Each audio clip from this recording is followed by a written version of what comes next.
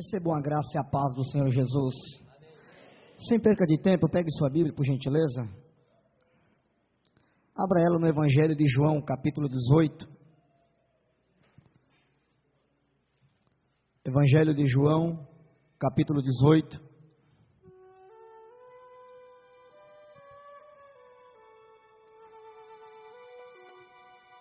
Evangelho de João, capítulo 18, versículo 35 e 36.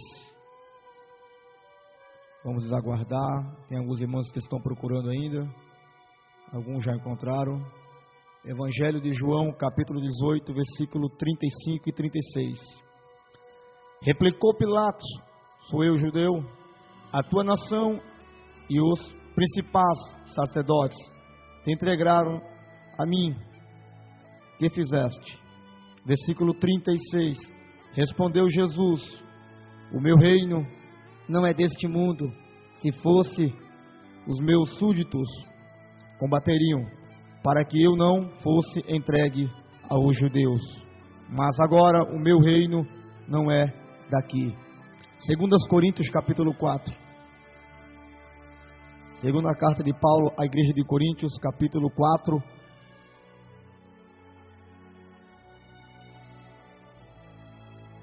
Segunda carta de Paulo aos Coríntios, capítulo 4, versículo 4. Nos quais o Deus deste século cegou o entendimento dos incrédulos, para que não lhe resplandeça a luz do Evangelho da glória de Cristo, que é a imagem de Deus. 2 Timóteo, capítulo 3.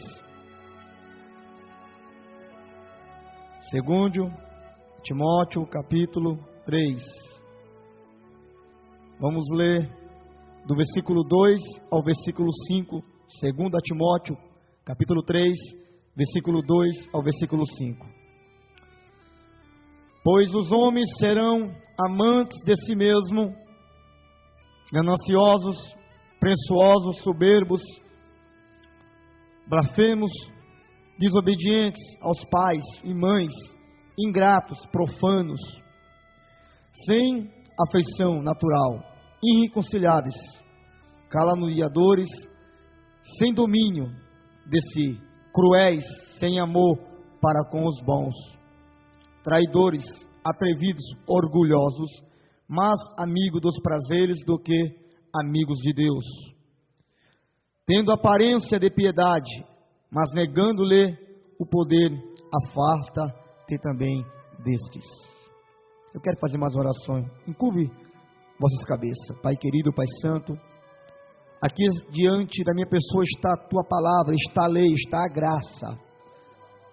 Pai querido, nesse exato momento, abre a revelação da tua palavra. Pai querido, Pai amado, porque nesse exato momento, Pai querido, o Senhor vai falar conosco, por intermédio da tua palavra. Pai querido, usa a minha pessoa somente como um canal, para transmitir aquilo que o Senhor colocou em meu coração. Espírito Santo de Deus, vai sarando feridas nessa noite, vai salvando vidas neste lugar, que haja reconciliação e que haja batismo com o Espírito Santo. Pai querido, aviva a tua noiva, ó Cordeiro de Deus. A igreja assim diga amém, toma os vossos assentos.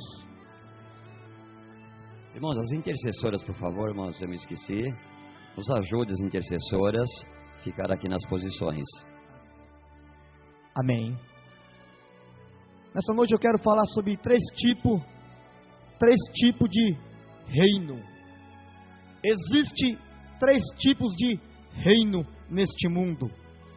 Primeiro reino, reino de Deus.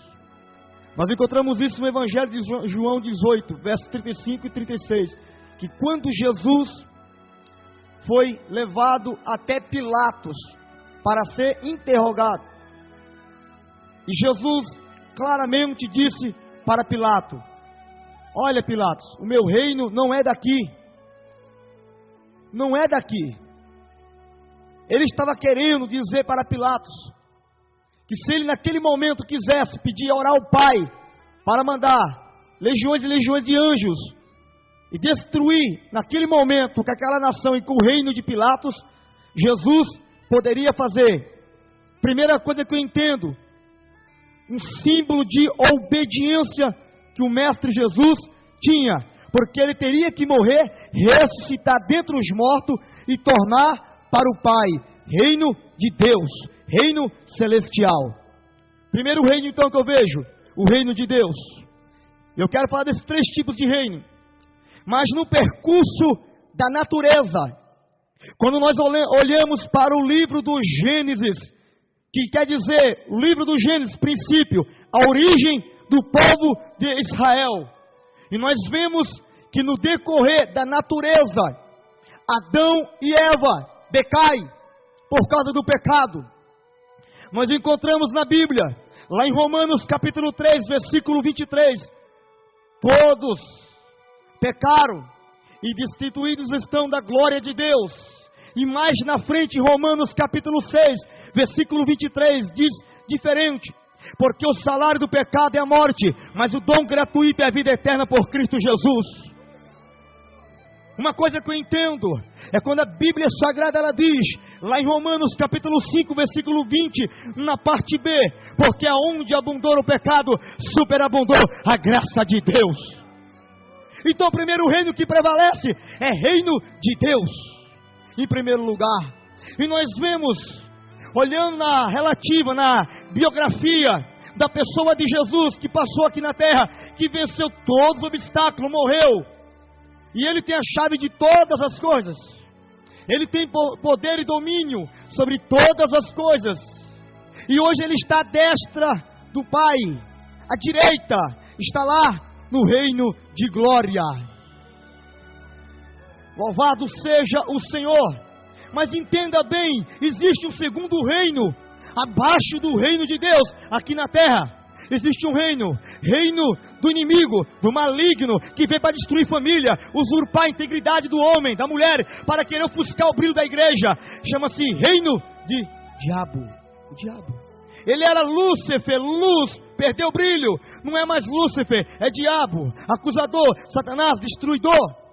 E ele tem o seu reino também, reino das trevas. É por isso que Paulo diz lá em 2 Coríntios 4:4, porque o príncipe deste século veio para cegar o entendimento dos incrédulos, para que não resplandeça a luz do evangelho. E nós vemos que o reino do adversário tem destruído muitas vidas, porque nós encontramos no percurso da natureza, desde o princípio, o adversário sempre quis e ele sempre vai querer quebrar os princípios morais, os princípios genuínos da palavra do nosso Deus. Se nós olhar para a Bíblia, lá em Gênesis, capítulo 1, versículo 27, diz que Deus fez o homem a sua imagem e semelhança. Querido, o nosso inimigo nada mais, nada menos ele quer. Sabe o que? É destruir, degredir, tirar a integridade de nós que somos imagem e semelhança de Deus. Nós vemos aí fora, o homem, a mulher que não tem conhecimento da palavra, está afogado no pecado, sufocado pelo pecado. Mas nós temos que anunciar o reino de Deus aqui na terra.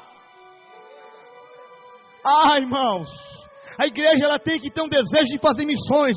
A igreja ela tem que se voltar mais para missões. A igreja tem que entender o fundamento básico do que é missões, porque cada um é equivocado para anunciar o evangelho de Cristo. Nós encontramos, falando agora do reino do inimigo.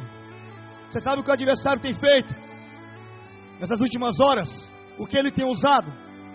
Ele tem usado a tecnologia.